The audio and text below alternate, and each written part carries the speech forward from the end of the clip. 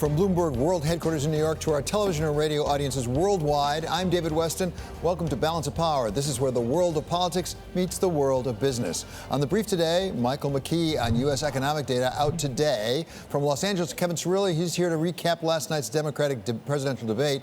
And David Goodman over in London on the Bank of England's new leadership. So, Michael, let's turn first to you. We got at least three important pieces of data out of the United States today. Important, but did they change our mind about anything? Not really, David. It just tells us the economy is still on track. I mean, it does do one thing. The economic numbers show today that spending came in a little bit stronger than expected, which was good news because the retail sales numbers for November were not very good. And it does shows that Americans are still spending money, but they're spending more of it on services. Also, we saw incomes rise, and that's good news. Wages and salaries still hanging in there. Big jump in payments to farmers by Donald Trump for the pain they've suffered under the tariffs, and that also helped boost incomes. But the combination suggests that Americans are still spending, and they still have the money to spend, and that's good news. And are optimistic, according to the University of Michigan. Yeah, the University of Michigan number is interesting because not only did they hang in there in terms of consumer confidence, but the numbers showed the lowest inflation expectation in history for consumers over the next 5 years, just 2.2%. Something to keep an eye on because the Fed is worried about whether inflation expectations get unmoored. If they fall too far, makes the Fed's job harder. So far, the markets are still anticipating higher inflation, so that offsets it a little bit. But it is something to watch into 2020. Absolutely, as well as an election coming up. And we're watching those economic numbers. Many thanks now to Michael McKee. Now we're going to go to Kevin Cirilli over in Los Angeles. So, Kevin, we watched that debate last night. What was the principal takeaways for you? I'm not sure that there was major changes in the dynamics of the race, but I was struck by two things coming from Biden world. The first being how he was able to successfully contrast himself to Senator Bernie Sanders on Medicare for all. After the debate, I spoke with some officials in the Biden campaign who said that they were really satisfied with that particular aspect of the performance. And then quickly, I would note how Biden talked about China and said that he would want to work with the United Nations. Clearly a contrast, not just with some of the candidates on that stage, but also with the current status quo of the Trump administration. Okay, Kevin, thank you very much. Terrific reporting from out there in Los Angeles for that debate. And now we go over to London and to David Goodman. We have a new head of the Bank of England. What do we know about him, and what does it tell us about where they're heading? Well, yeah, so as you say, new head of the Bank of England over here, we've got Andrew Bailey, who will take up the job in March. In many ways, he's kind of the ultimate BOE insider. He spent 30 years at the bank before moving to the FCA back in 2016. And we've been running surveys on who'll be the next governor since back in early 2018, and Bailey's come out top of everyone, so he's already been kind of seen as the front runner. That changed slightly in recent weeks, but now he's kind of come back and emerged, and Chancellor Javid said he was very much the standout candidate in the process. So, David, the reporting I've seen says basically Mr. Bailey is a very good regulator. He doesn't have as much experience in the the monetary policy side of it. Is that something you particularly need right now as you look toward Brexit to really handle the very complicated regulatory issues that are coming up? Yeah, well, as you say, it's a very kind of difficult transition for the UK, and regulation is at the heart of that. And Bailey is by far the most experienced in that regard. He has some monetary policy experience, and he's worked in kind of economic units in the bank, and he was a private secretary to a previous Bank of England governor, so he really knows the ropes on that side as well. But yes, I think his regulatory ability is probably one of the big reasons they went for him. Okay, thank you so very much to David Goodman reporting from London. And now we have a breaking news right now, a red headline coming across the Bloomberg. United Airlines has removed the Boeing 737 MAX from its schedule until June 4. We remember that earlier in the week, Southwest said they were putting off at least until April. I think it's fair to say Boeing's having something of a rough day because they had that space capsule that went out, the so-called Starliner, and it didn't work out so well for them up there with the space station. Now it appears that United is removing the 737 MAX from its schedule until June 4, and the stock right now, Boeing, is down a little over 1% on the news. But right now, we want to check on what's going on in the markets in response to some of this, what's going on in the world. And for that, we turn to Kaylee Lyons. So, Kaylee, what's going on? It keeps pushing up. We just keep going higher. This is actually the best week we've seen for the S&P 500 since back in September, and it is the 10th and 11th that we have gained, which is the first time we've seen a streak of that kind since pretty much 2 years ago in November 2017. You heard Michael McKee talking just a few minutes ago. The data's looking pretty good. There's not a whole lot of bad news. So while there's no major upside catalyst, we are just continuing that march higher, and you're seeing that today. Now, I should warn that in today's session, we have to keep an eye on the fact that it's quadruple witching. So volatility volumes may be a little bit higher than expected, but still the march is higher. And the Boeing news is certainly not welcome news. Boeing had enough problems already with the 737 MAX. As I say, they had the space shot today that didn't go so well. And it's an important employer, particularly, and it's an important part of the industrial sector in the United States. It is. I mean, you're seeing Boeing shares retreat back toward the lows of the session. I would note that this is a longer delay that United, you were just speaking to, till June is 2 months longer than even American or Southwest, which are putting the plane on schedules back in April. So we just keep getting that deadline pushed farther and farther back. No one has flown this plane at that point in about a year. And to the point of employers, especially suppliers, you had Spirit AeroSystems kind of taking a big hit today because they said they're going to stop production of that 737 MAX in January. And that jet specifically makes up 50% of that company's revenue. And by the way, not to mention General Electric, which makes the engines for them. General Electric does not need bad news right now, which is not making the engines anymore for the 737 MAX. Yeah, I mean, there's a whole lot of companies tied to this entire narrative, as is really the broader economy. I mean, when you look at the fact that inventories are a drag on GDP, a big part of that is aircraft inventories, and the only domestic commercial aircraft maker is Boeing. So that is a direct line that you are seeing in the economic data. Okay, thank you so much to Kayla Lentz for more news on the markets as well as on Boeing. But right now, we want to turn to Mark Crumpton for Bloomberg First Word News. David, House Speaker Nancy Pelosi and Senate Majority Leader Mitch McConnell are at an impasse over impeachment. Speaker Pelosi says she won't transmit the articles of impeachment until the Senate lays out the procedures for the president's trial. Leader McConnell says the House has no leverage to dictate terms. The United States is closely watching North Korea for signs of a possible missile launch or nuclear test in the coming days. Officials are referring to it as a Christmas surprise. A significant launch or test would mean the end of North Korea's self-imposed moratorium and raise tensions in the region. Pyongyang warned of a possible Christmas gift in early December, saying the Trump administration was running out of time to salvage nuclear negotiations. British Prime Minister Boris Johnson's Brexit bill cleared its first hurdle in Parliament today. MPs voted for it to proceed to the next stage. The Prime Minister opened the debate on the deal by declaring his legislation offers no possibility for a further delay. The bill would take the UK out of the European Union by January 31st.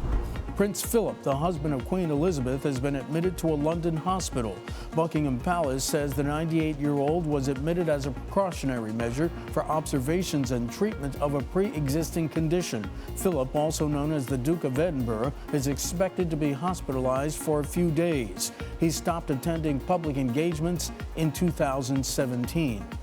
Global news 24 hours a day, on air and on Quick Take by Bloomberg, powered by more than 2,700 journalists and analysts in over 120 countries. I'm Mark Crumpton. This is Bloomberg. David? Thanks so much, Mark. Coming up, Lanhee Chen of the Hoover Institution is here to go through what the latest court decision means for the future of the Affordable Care Act.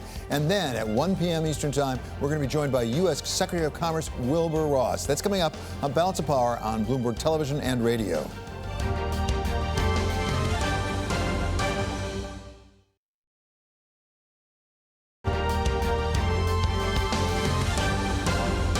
This is Balance of Power on Bloomberg Television and Radio. I'm David Weston. The Affordable Care Act, or Obamacare, has been under attack in the courts pretty much since the day it was enacted, with the latest challenge coming from Texas, where the Court of Appeals for the Fifth Circuit has just ruled that the individual mandate is unconstitutional, but it remanded the case for the trial court to reconsider how much the act can survive without that mandate.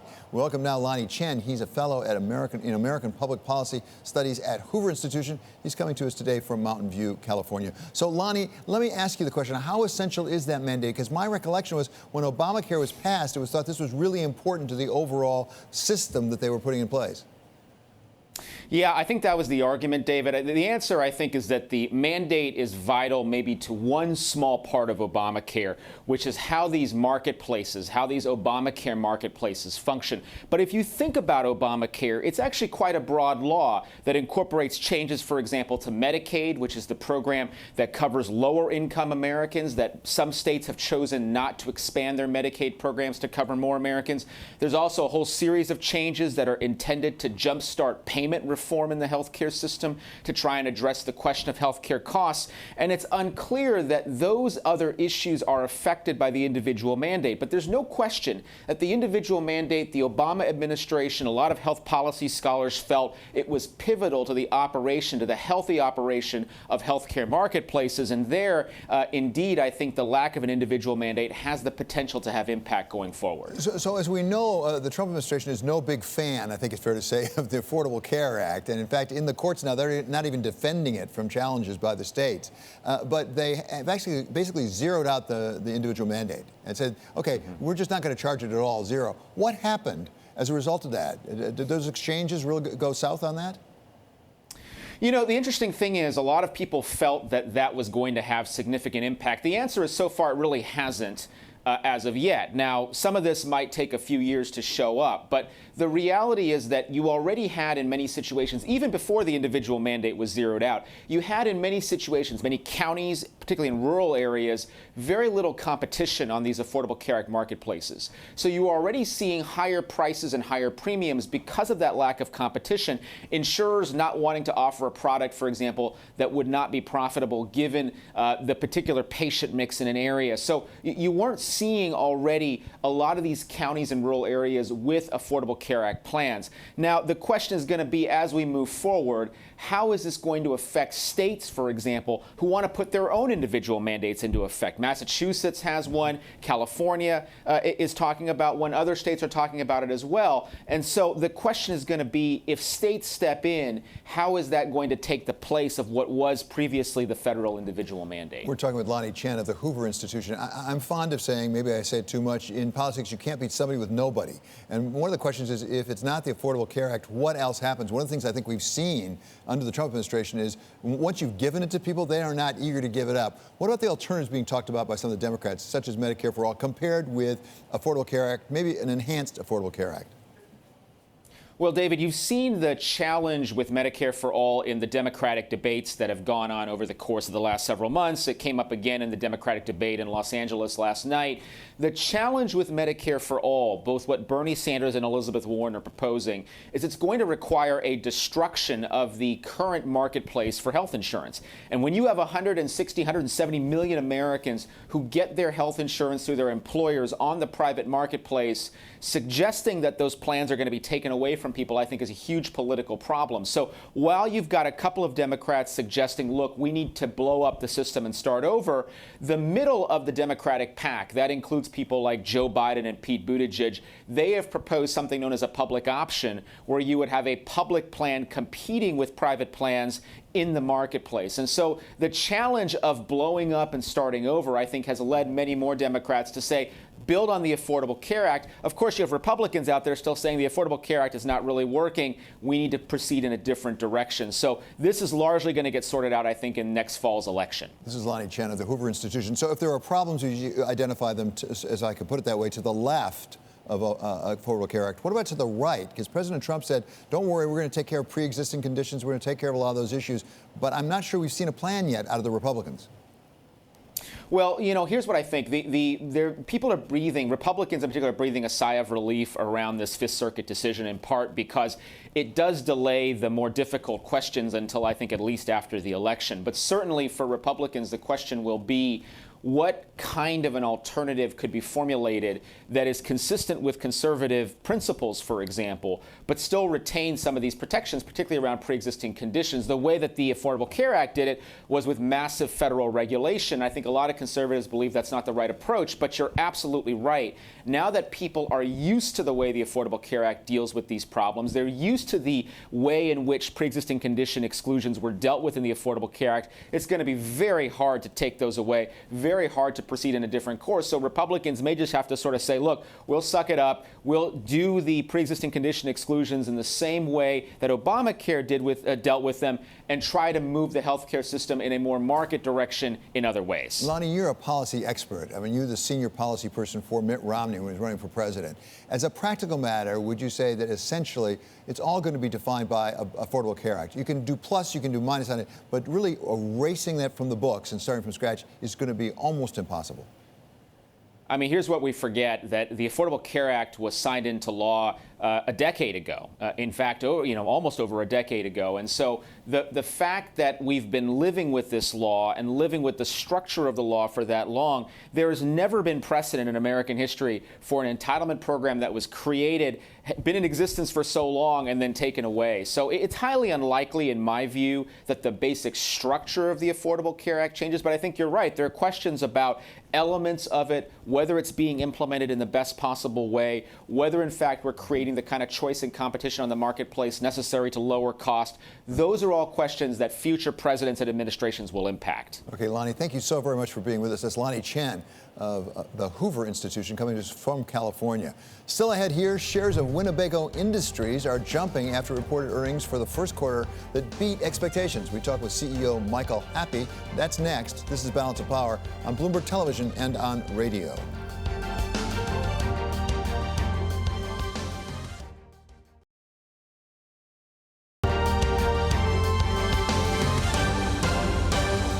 This is Balance of Power on Bloomberg Television and radio. I'm David Weston. It is time now for the stock of the hour, and today it's Winnebago Industries. The shares are surging over 9% today after the company reported first quarter earnings. Those first quarter results for the recreation vehicle company beat estimates on both revenues and on earnings. We're pleased to have join us now from Minneapolis, the president and CEO, Michael Happe. So I guess, first of all, I should say congratulations. It looks like it's pretty good. The stock's responding in kind. What's driving it?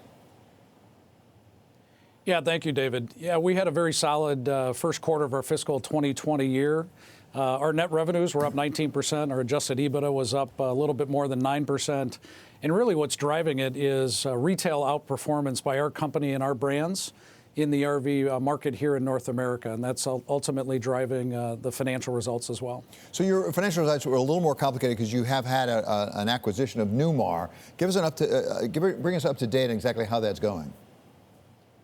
Yeah, on November 8th, we closed on the acquisition of the Newmar Corporation. Newmar is one of the more iconic luxury high-end motorhome manufacturers here in the United States.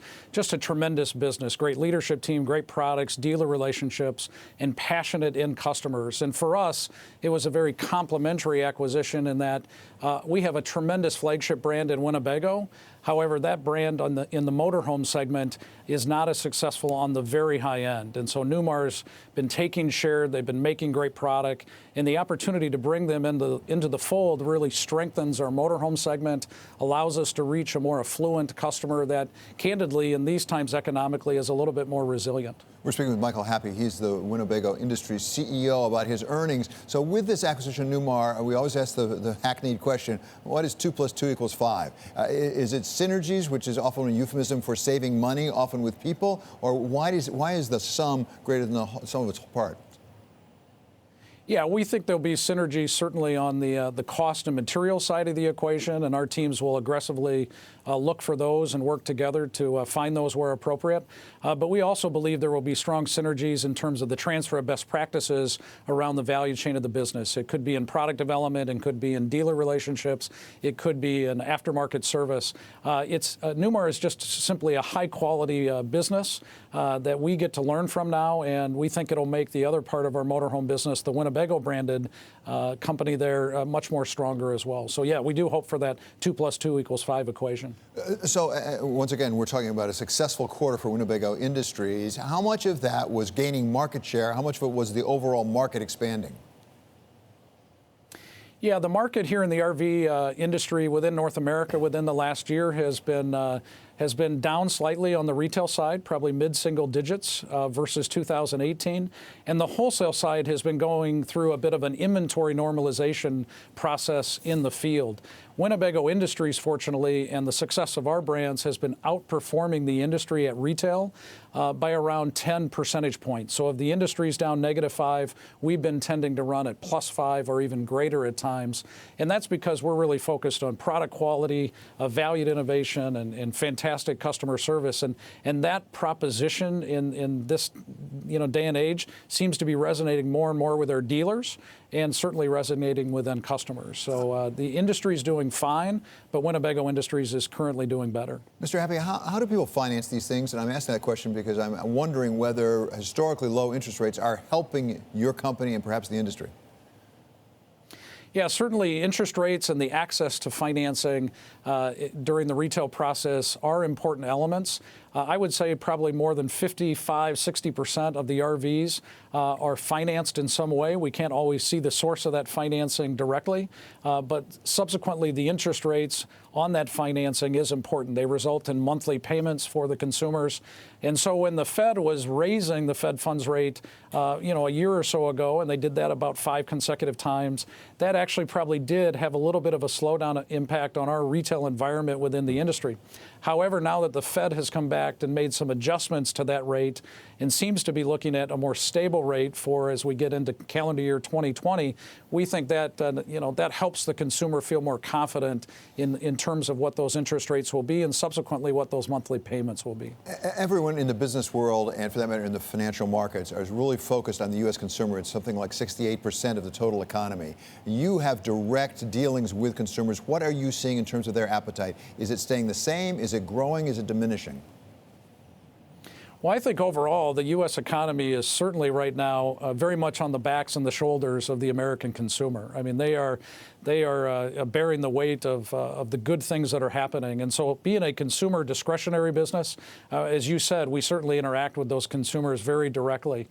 In our business, it's a little bit more of a want versus a need. I would argue that the consumer has been a little bit stronger in some other areas of the economy recently than the RV industry, but we're still on pace in 2019 to have one of the top 5 retail years in the entire history of our industry. So the consumer may have let their foot off the pedal a little bit in terms of interest in our products, but not substantially. Sounds awfully good. Many thanks to Winnebago Industries CEO Michael Happe coming to us from Minneapolis. Coming up later today, I get to sit down with Bank of America Chairman CEO Brian Moynihan for an exclusive interview. That's coming up. This is Balance of Power on Bloomberg Television and Radio.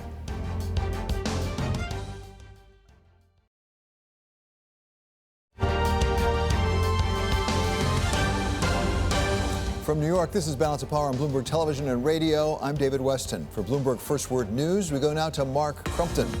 The United States and China are planning the formal signing of the first phase of a trade deal between the two countries. President Trump tweeted today that he had a very good talk with Chinese President Xi Jinping about the trade agreement. He said China has begun making large-scale purchases of American agricultural products. Mr. Trump also said the two discussed North Korea and Hong Kong.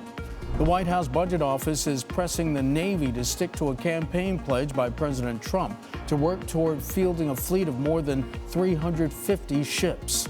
The Navy proposal for fiscal year 2021 calls for a 280-ship fleet by fiscal year 2025, far short of the president's goal. The Government Accountability Office says the Navy is facing ongoing and what it calls substantial maintenance delays. U.S. regulators have taken a crucial step in the battle against the deadly Ebola virus. The Food and Drug Administration has approved a vaccine developed and made by Merck. It was found to be 100% effective when given at least 10 days in advance. The tests were conducted in Guinea during a 2014 to 2016 outbreak.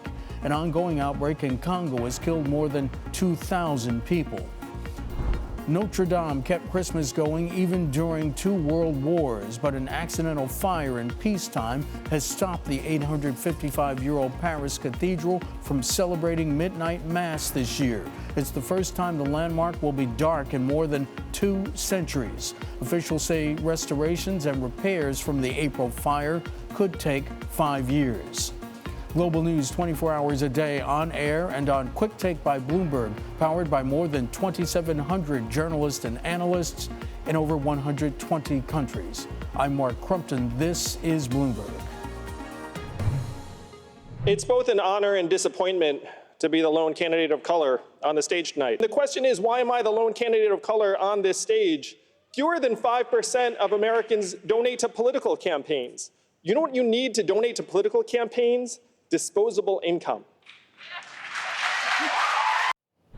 That was Democratic presidential candidate Andrew Yang last night at the debate in Los Angeles, remarking on the lack of diversity up on that stage. Welcome now from Washington, Kyle Kondik of the University of Virginia Center for Politics and also Larry Sabato's Crystal Ball. So welcome, Kyle. Good to have you. Does Andrew Yang have a point here, and do the Democrats have a potential problem?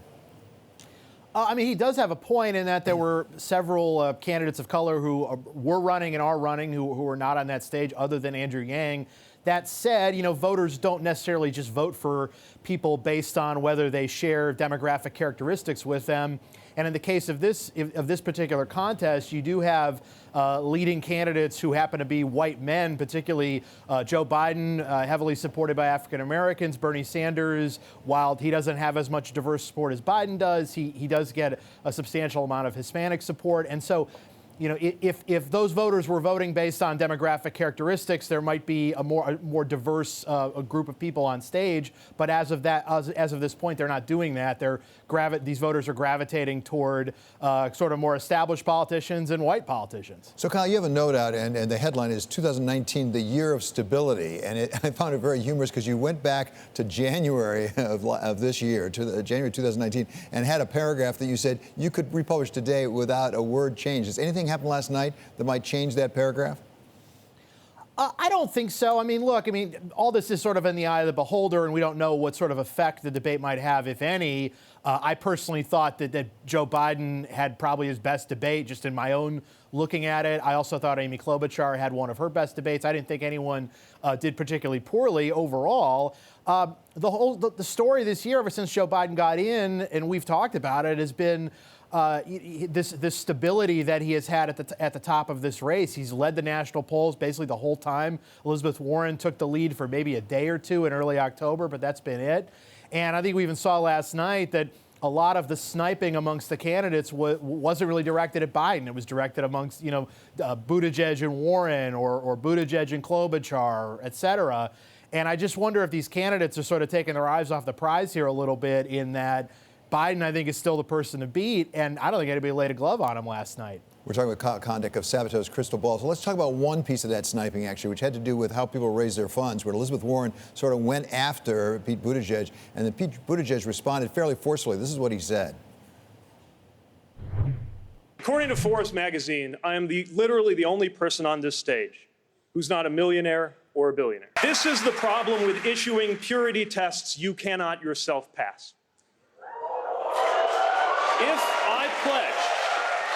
If I pledged never to be in the company of a progressive Democratic donor, I couldn't be up here. So Kyle Kondik, clearly some of the candidates want to spend some time on this. Do voters vote based on who gave money to which ones? Do they really care how they got their money? I think I'm sort of dubious of that. I will say that I think Democratic voters care much more about issues of fundraising and donors than Republicans do. In fact, a lot of Republicans basically don't even believe in campaign finance regulation, whereas Democrats, as we saw during the debate last night, some of them are advocating for public financing of campaigns. It's a real big difference between the parties.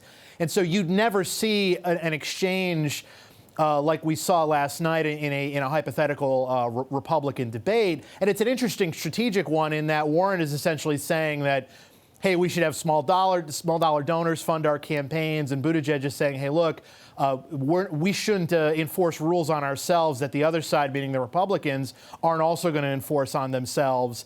And so it is a question of sort of more purity versus this sort of utility push by Buttigieg, in that maybe we should change the way that we fund elections, but in the here and now, we've got to play by the rules that are set out. Personally, I think that Buttigieg is probably being a little bit more realistic here, but if you're like Warren and you can have success raising money from small donors, then, hey, that's a great thing to tout, and also you have enough money to run your campaign. It wasn't clear for much of this year whether Warren would have enough money to have staying power, but she really has done pretty well for herself on the small dollar front, and so has Bernie Sanders as well, who has a similar kind of message on donors that Warren does. Kyle, finally, explain one thing to me, and that is Amy Klobuchar, because she comes out of pretty much every debate with everybody agreeing she did the best on the debate stage, she's the most effective, and yet her numbers just don't move.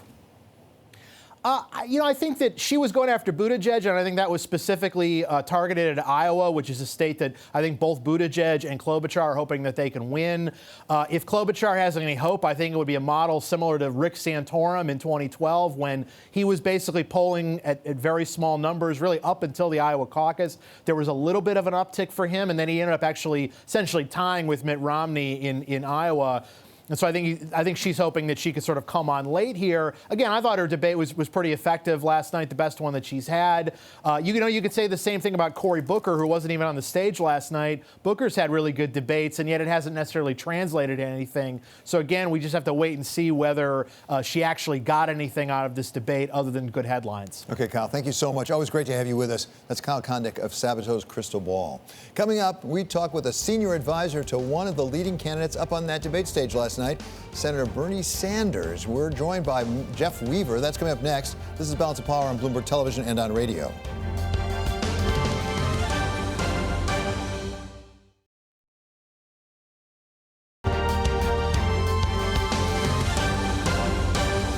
This is Balance of Power on Bloomberg Television and radio. I'm David Weston. Senator Bernie Sanders was front and center at the Democratic debate last night, and he's been at the top, among the top three in the polls, pretty much from the beginning. Welcome now one of his senior advisors. He's Jeff Weaver. Mr. Weaver served as Senator Sanders' campaign manager when he ran for the presidency in 2016 and when he ran for the Senate in 2006. Welcome, Mr. Weaver. Good to have you with us. Hey, great to be here. Thank you. So give us the elevator pitch. You've got several candidates left. What is Bernie Sanders' unique pitch to say, I should be the president of the United States, that's different from anybody up on that stage? Well, if you want a candidate who has consistently for decades stood up for working people and middle-class people in this country, who has never wavered, who has never worked at a big corporation or represented a big corporation or carried their water in the Congress, who has always stood by the little guy, if that's the kind of candidate you want in the White House who's going to stand up for priorities that make sense to working families, Bernie Sanders is your candidate. Is Bernie Sanders essentially a big government candidate? Because a lot of his programs look like they'd be pretty expensive and would take a lot of resources and would turn over more control to the federal government in various respects, including with Medicare, but not just with Medicare. We talked with Mike Braun, he's the Republican senator from Indiana yesterday, and he warned about the deficit that we're running up. This is what he said. Thank goodness we're the only reserve currency, so we're able to pay for all this largesse by borrowing $1 trillion a year, throwing it on our kids and grandkids. Those chickens will come home to roost when we completely deplete the Medicare trust fund here in 6 years. Or if some other countries start to become places where people want to park their capital. So is that of concern to the American people, to the voters, Mr. Weaver, in your estimation? And is it of concern to Bernie Sanders how much debt we're running up that our kids and our grandkids will have to pay off? Absolutely, and that's why he pays for every single program that he has put forward. Let's be clear, the wealthy and large corporations have gotten huge tax cuts over the last many years. If they were paying their fair share of taxes, this deficit would start to go away. All of these foreign wars that we have had, the longest war in American history in the Middle East now, that's incredibly expensive, all supported by Republicans. So, these Republicans, so-called deficit hawks, they're really not deficit hawks. What they want to do is they want to shrink those elements of government which help working class people and middle class people. So Bernie Sanders pays for everything he advocates for.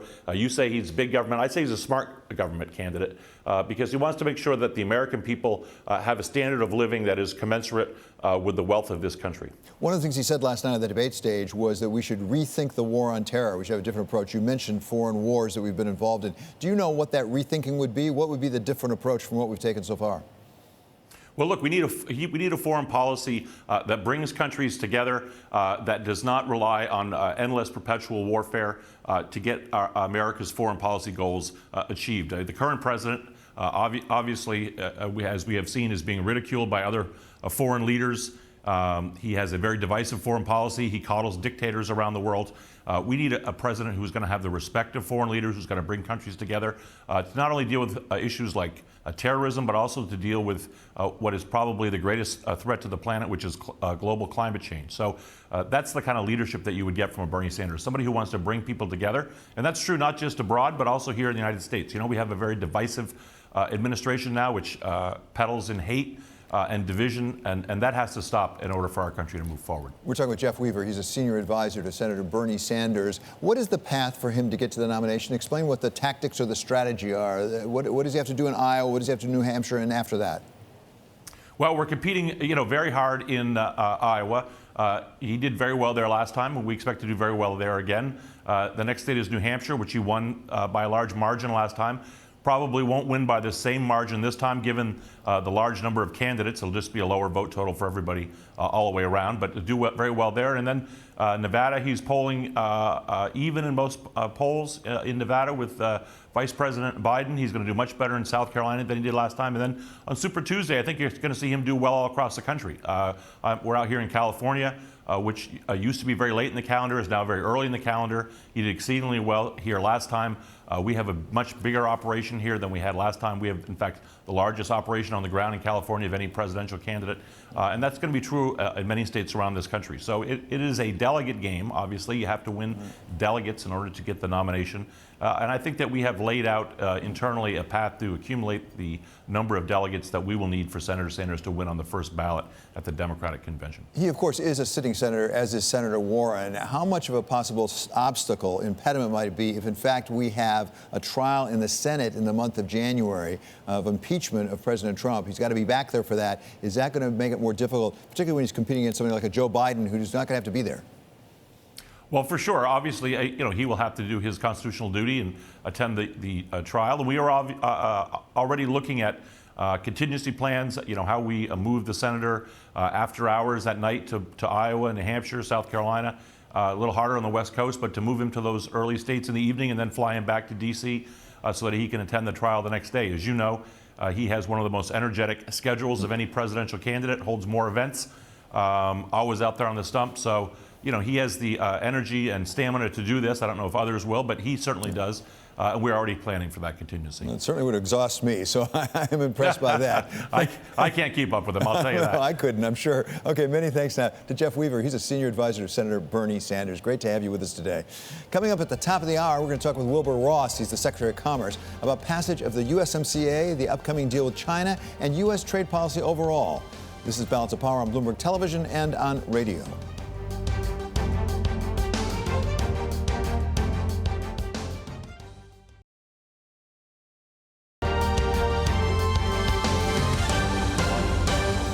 This is Balance of Power on Bloomberg Television and radio. I'm David Weston. The House may have voted to impeach President Trump, but technically he isn't impeached unless and until the House sends those articles of impeachment over to the Senate.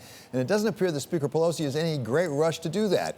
Here to talk about what's going on is our political panel of Jason Green. He is co-founder of SkillSmart and former associate White House counsel to President Barack Obama. Coming to us today from Washington and then from Philadelphia, the Reverend Joe Watkins. He's former aide to President George Herbert Walker Bush and now a senior consultant with Causeway Strategies. So, Jason, let me start with you. You're a lawyer. You're White House counsel.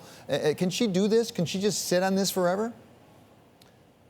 She can and she is. David, how are you? Good to see you. There's no intent. We've heard from the speaker that there's no intent to sit on this forever. It's no surprise, and it shouldn't hurt the conversation that's happening across the country right now to understand what's actually going to take place in the Senate before she has to do her duty to select those individuals that are going to represent the Democratic Party and the Congress in the House as this trial plays out in the Senate. So there's no indication that this is going to delay efforts across the next few months. There's some indications and rumors that there's just an attempt to delay throughout the election. There's no indication from the speaker that that's the intent here. She wants to understand what they're looking at in the Senate so that she can appoint the right people. Well, exactly. That's the point, Joe, that what Speaker Pelosi says is, I want to see what the rules are. And, of course, the big question is there going to be a trial with witnesses and things like that, or is there just going to be some closing arguments that take place? Is there some risk, actually, for the majority leader, Mitch McConnell, that she could pick off, I think it's only 4 votes she needs from the Republicans, not on the ultimate question of conviction, but just on saying, yeah, we should call some witnesses? Not likely. Not likely. I don't expect to see any kind of Republican defection from the speaker. I mean, from the Senate Majority Leader, Mitch McConnell. I think for the most part, the troops will stay with him, and he will get his wish to not call any witnesses. Look, just keep your eye on the poll numbers. The poll numbers tell you everything you need to know. that with regards to even the thoughtful deliberations that have taken place over the last few weeks, there's been no poll movement in terms of the American public and their opinions. Americans are not moving, are not changing their opinions. The Republicans are strongly supporting the president. As you can see in the House, he got all the Republicans, plus a couple of Democrats, one even to defect and become Republican. And on the Senate side, you'll see every Republican, even those who have made comments in the past, stick with the president. So I think that Mitch McConnell will get what he wants. I think Pelosi's smart to try, but I think McConnell will get what he wants. So, Joe, as I say, you're a reverend. You have a church. So let me ask about apparent defections right now at Christianity Today. Because we now have an editorial from Christianity Today, an evangelical publication, to be sure, not to the right, but an evangelical publication saying, you know what, he really should be convicted for what he has done. Does that represent the possibility of a division among evangelicals in this country? It's certainly a strong statement on the part of the editor of Christianity Today. And it's a strong departure from their posture in the past. And the magazine was founded by Billy Graham back in the 1950s. And Billy Graham was very, very silent on issues of civil rights and other such matters, condemning presidents in the past. In the late 90s, of course, the magazine did make a comment about Bill Clinton. And so today they're making a comment about the impeachment of President Trump. But remember also that Franklin Graham, Billy Graham's son, was very, very quick to say that he doesn't agree with the editorial. He, of course, Franklin Graham taking the mantle from his father, who founded the Christianity Today. So Franklin Graham made it very clear that he does not stand with the editor, although the editor is doing what is, from a Christian standpoint, the Christian thing. Jason, what about it? Is this a potential opportunity for Democrats as you go into November of 2020, if in fact you can pick off some evangelicals that we think about, and we might be wrong about this, by the way, we think about evangelicals tending to vote with Republicans these days? I think one of the things that is a bit frustrating about where this process stands right now is where the Reverend was just talking about. He said, look at the poll numbers, that we feel that, Republican members are going to stand with the majority leader. That's not standing with the issues, that's not standing with civility, that's not standing with the Constitution, that's standing with the majority leader. And the fact that we're having to look at poll numbers, even though those poll numbers, they haven't moved, but they've still been remarkably high, suggesting that the majority of Americans have expected that this president will be impeached. And that's a really high poll number around this issue. If you just think about in past impeachments, where the country was even for Bill Clinton, the number of individuals that are supporting impeachment right now for President Trump, even though it hasn't moved, has still been much higher as a plurality number across the board. So to the question that you're asking, David, then, is there an opportunity here about, trying to talk to the, arguably the religious right, recognizing that evangelical Christians have largely supported the Republican Party? Absolutely, but I think even more than that sort of that demographic, what we want is to really present a case to individuals that want to respect the Constitution, that want to respect the rule of law, that want to understand that there should be ethics and morality in our politics. Well, Joe, what about it? What about the principles and the Constitution on one hand and the polls on the other side? I mean, you can say, well, it's poll numbers. At the same time, do we really want to eject a president from the White House on basically a 50-50 vote? Because although there is support for impeachment, there is not the same support for removal. The polls I've seen shows it's about right down the middle. That's right. There's not a strong will on the part of the American people to remove the president. While the numbers aren't moving, there's no strong will to remove the president from office, and Republicans see continued strong support for the president among Republican voters, something over 90%. So very, very strong support for the president among Republicans, and equally strong support for among Democrats to impeach the president. That being said, the poll numbers really inform the elected officials. Elected officials are moved to move one way or the other based on those poll numbers. Thank you so much. That's former Associate White House Counsel to President Barack Obama, Jason Green, and also Joe Watkins. Coming up in just a few moments from now is Wilbur Ross, the Secretary of Commerce.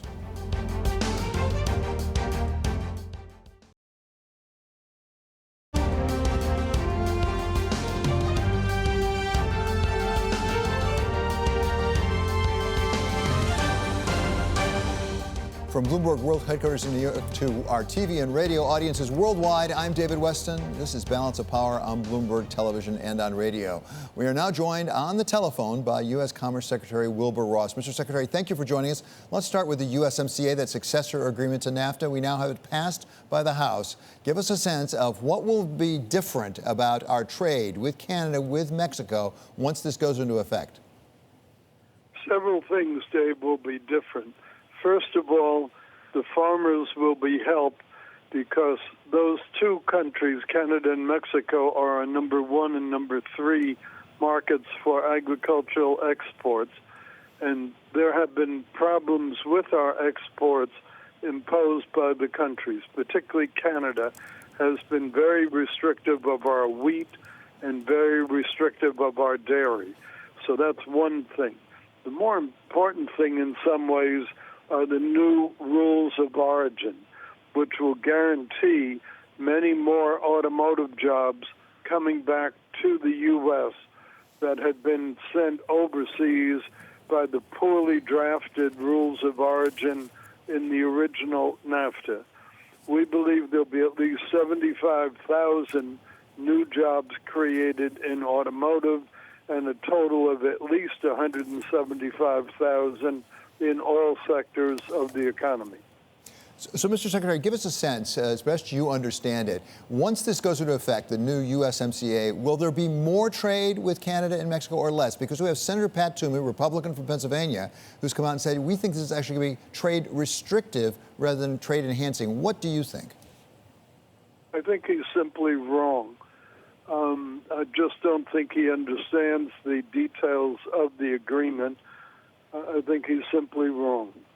So you expect there to be more trade as a practical matter. Is there a danger, in your view, about postponing the Senate ratification of this agreement? Because as we know, Mitch McConnell, the majority leader, said we're going to wait until after a trial, if and when it happens in the Senate. As time goes on, is there a chance for various people on both sides to sort of find problems with the deal? Oh, I don't think anybody will find problems. You saw the overwhelming bipartisan support for the deal in the House. I think there were only, 14 people voted against, so it was a landslide. And we knew it would be. The whole issue was getting Speaker Pelosi to be willing to let it come to a vote. The Senate will pass it overwhelmingly, and Senator Toomey is in a very, very small minority. Did the Democrats improve it? We had Speaker Pelosi say that they made some changes and then actually got better. Do you agree with her? There were some marginal changes in the enforcement mechanisms for labor and for the environment. But even without those last-minute little changes, this agreement is far better on labor and the environment than anything we've ever had in a trade agreement. Especially, it's much better than anything that was in the old NAFTA. We're talking with Commerce Secretary Wilbur Ross. Mr. Secretary, you just made a very important point that the provisions in here are better than we've ever had in any trade agreement. Will this now be a template for the administration as it negotiates future trade deals? What are the critical elements you say, we've done it there, we can do it here? Yes, that's a very good point, and it's a very true point. The very fact that we had a specific provision saying that a certain percentage of all the imports from Canada and Mexico into the U.S. had to be at $16 an hour average factory workers' pay. That's about 4 times what Mexican workers are being paid. So the practical net effect of it was to assure that a good portion of the product brought back into NAFTA would be made in the U.S. That's a totally different concept, not only from any U.S. trade agreement. I'm not aware of it in any trade agreement that any country has had. Secretary Ross, something else that appears to be going to happen in January is a signing of what we've called the Phase 1 of a U.S.-China trade deal. I'm told there's something like an 86-page document, but we haven't seen the text yet. Why is that? When will we see the text and know exactly what's in that deal? Well, we have had described to you by U.S. Trade Rep Bob Lighthizer what's in the deal. What's going on right now is a normal process in that trade agreements are initially written with the U.S. in English. Now it has to be translated into Chinese, and then the Chinese language version has to be conformed to the U.S. one. That's what's taking the time, and it's time well spent because it was a long, hard negotiation to get to this point. We want to make sure there's no confusion going forward. No question, it looks like it's been a long, hard negotiation. That's certainly the way it's looked from the outside. At the same time, to what extent is the phase one, if I can call it this, sort of the old trade issues, things like agricultural products, manufacturing products, and yes, currency, transparency, things like that, as opposed to some of the 21st century issues like intellectual property, like artificial intelligence, like high tech? Right. Well, that was deliberate. The idea was to deal mainly with trade, current trade, in this phase one agreement. This is not the final total agreement. This is just phase one. So we wanted to deal particularly with agriculture, which has been so unfairly penalized by the Chinese in retaliation for our Section 301 tariffs on them. So one was agriculture. Two was non-agriculture, other industrial products. The total of agriculture and industrial is around $100 billion per year. That's a lot. That's a 0.5 percentage point on the whole economy. So it's a huge improvement in all sectors of the economy immediately. Now, we certainly want to deal with the forced property technology transfers, the unfair limitation of market access, theft of intellectual property, that whole panoply of technologically oriented problems that we've had with China. But the idea was get this first phase in, get it going, and build confidence toward the more difficult and more complicated issues. Those issues, these high-tech issues, very likely will require legislation through the Congress in China. That's a difficult thing to get a country to do, has to be done very carefully, has to be done very meticulously. Third is the enforcement. And there's a very good enforcement mechanism in this phase one, and I'm sure something like it will carry over to the subsequent phases. What it basically says in phase one, if the Chinese do not live up to their agreement, then there's a 90-day process of consultation, at the end of which, if we're not satisfied, we can impose unilaterally retaliation on them. Most likely that would mean raising some tariffs on some products or adding products to the tariff list.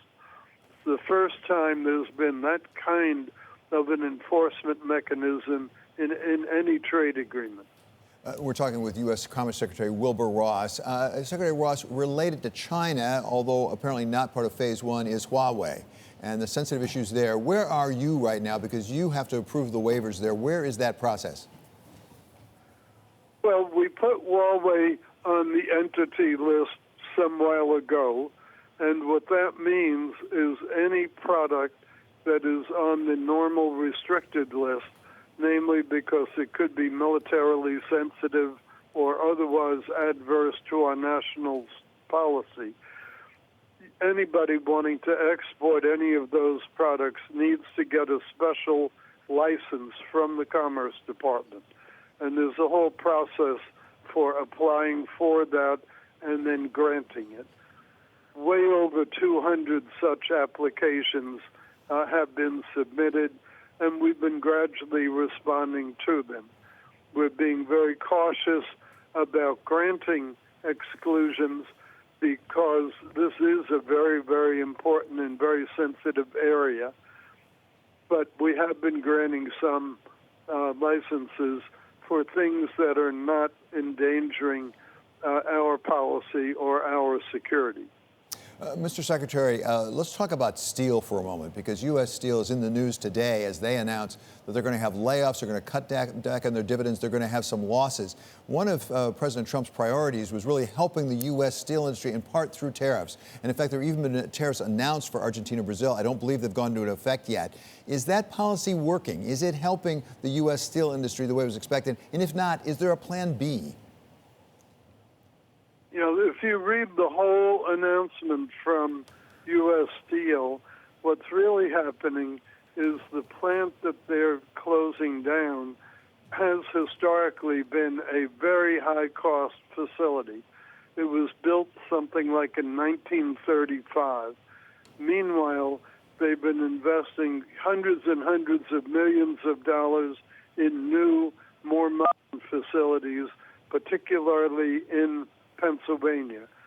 So what's happening is they're rationalizing a bit their production so that they will be more fully competitive in the future as we continue to go forward.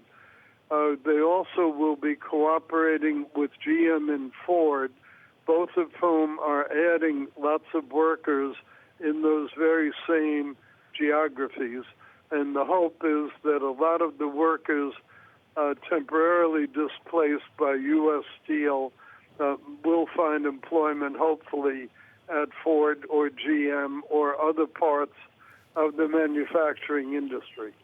So do I take it from that in your view and the president's view, the steel approach is the right approach and it's working the way the administration wanted it to work when you put the tariffs into place? I'm sorry, I didn't quite hear what you were saying. What I was asking is whether you and the president believe that the steel policy of the administration is working. That is to say, when you put the tariffs into effect, this is the expected result. Well, the expected result that has happened is that there has been much more capital invested in both the steel and the aluminum industries. And on balance, they both have added jobs. Those were our objectives, to get capital invested so that those industries would be globally competitive and, on balance, to have more jobs than before. And should we expect tariffs to go into effect on steel from Argentina and Brazil in the near future? Well, Argentina and Brazil have been announced by the president as targets for tariffs. I think you're aware that they have been on a quota system in any event, so it's not that they have not been without restriction. It's just the question, is the most effective way to do that quotas, or is the most effective way tariffs? Okay, many, many thanks to Commerce Secretary Wilbur Ross joining us today on the telephone. For our television viewers, we're going to be joining now Real Yield in Progress. Balance of Power will continue on Bloomberg Radio. Jacob Kierkegaard of the Peterson Institute will join us. This is Balance of Power on Bloomberg Television and on radio.